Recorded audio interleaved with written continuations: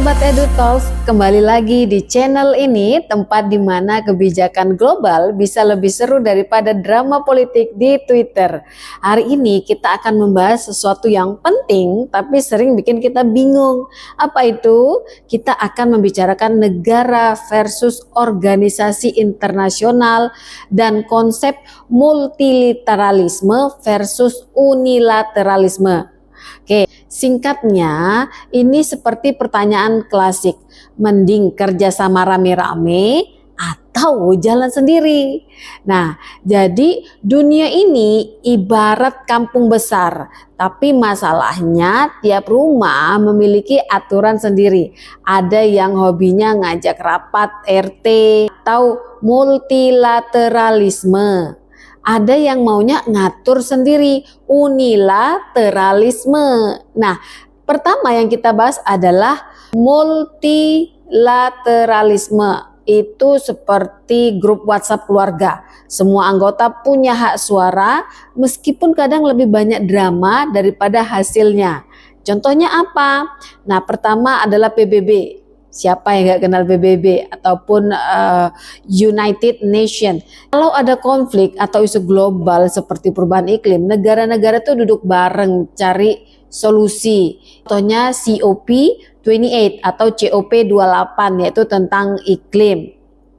Nah, COP28 adalah konferensi perubahan iklim PBB ke-28 atau 28 Conference of the Parties.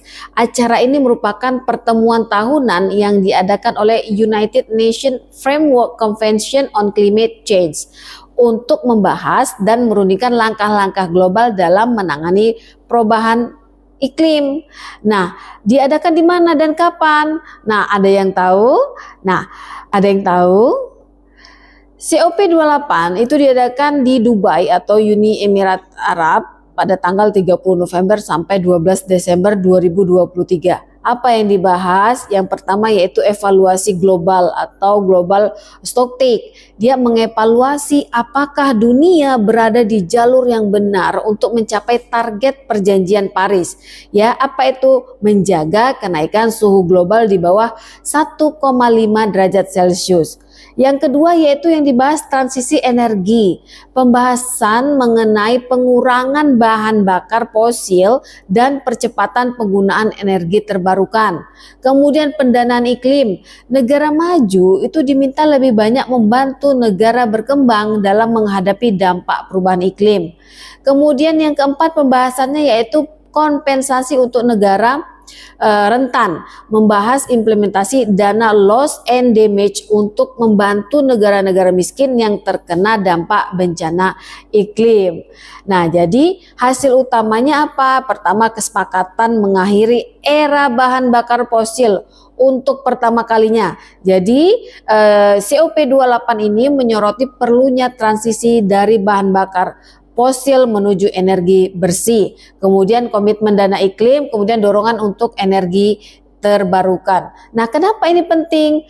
Karena perubahan iklim itu semakin parah dan tanpa aksi nyata dunia bisa menghadapi lebih banyak bencana seperti gelombang panas ekstrim, banjir, dan krisis pangan. Jadi COP28 ini menjadi momen kunci untuk menentukan arah kebijakan iklim global ke depan. Gimana menurut kamu? Negara-negara apakah sudah cukup serius atau belum dalam menangani krisis iklim ini? Nah, untuk itu silakan komen di bawah ya. Sekarang contoh yang kedua dari multilateralisme yaitu WHO. Nah, siapa juga yang nggak kenal WHO? Siapa yang tidak pernah mendengar kata WHO? Setiap kita mungkin sering mendengar kata-kata WHO ya, atau World Health Organization. Ingat COVID pada tahun 2019? Nah, WHO itu membantu koordinasi vaksin dan riset bersama dengan negara-negara lain. Jadi gimana kalau tiap negara itu bikin aturan sendiri tanpa koordinasi? Bisa-bisa jadi kacau ya. Nah, jadi itu adalah beberapa contoh daripada kerjasama internasional ataupun multilateralisme. Nah, menurut kalian PBB dan WHO atau organisasi lainnya, apakah itu efektif atau cuma tempat debat tanpa solusi? Silahkan juga komentar di bawah ya. Nah, kalau multilateralisme itu seperti rapat RT, unilateralisme itu seperti warga yang bikin aturan sendiri tanpa nanya tetangga. Nah, pembahasan kedua kita akan membahas yaitu unilateralisme. Jalan sendiri bos, seperti itu ya. Nah, Amerika Serikat itu tarik diri dari perjanjian iklim Paris, itu era Trump pada tahun 2017 sampai 2021.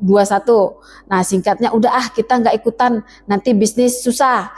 Nah, tapi untung saja Joe Biden masuk dan balik lagi untuk ikut dalam perjanjian Paris. Nah, kemudian ada invasi Rusia ke Ukraina, yaitu pada tahun 2022 hingga sekarang Rusia itu jalan sendiri tanpa restu PBB. Dampaknya sanksi ekonomi global, harga minyak naik, inflasi di mana-mana.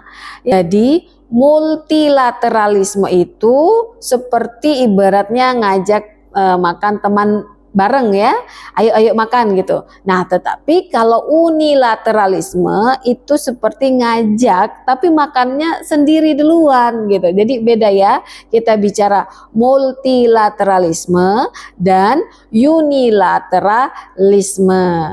Nah, antara keduanya ini memiliki pro dan kontra ya. Kalau multilateralisme dia lebih adil dan banyak perspektif karena kan berbarengan dengan negara-negara lain. Solusi juga lebih komprehensif. Nah, tetapi kelemahannya multilateralisme ini cenderung lama karena debat panjang, kemudian keputusan bisa macet. Nah, kemudian kalau unilateralisme itu dia lebih cepat, nggak ribet, kemudian bisa langsung action. Tapi kelemahannya bisa egois, malah kadang kena backlash global. Jadi kalau kalian jadi pemimpin dunia, pilih yang mana nih? Multilateralisme atau unilateralisme? Tulis di kolom komentar pendapat Anda mana yang lebih cenderung. Oke, sampai jumpa di next episode EduTalks. Assalamualaikum.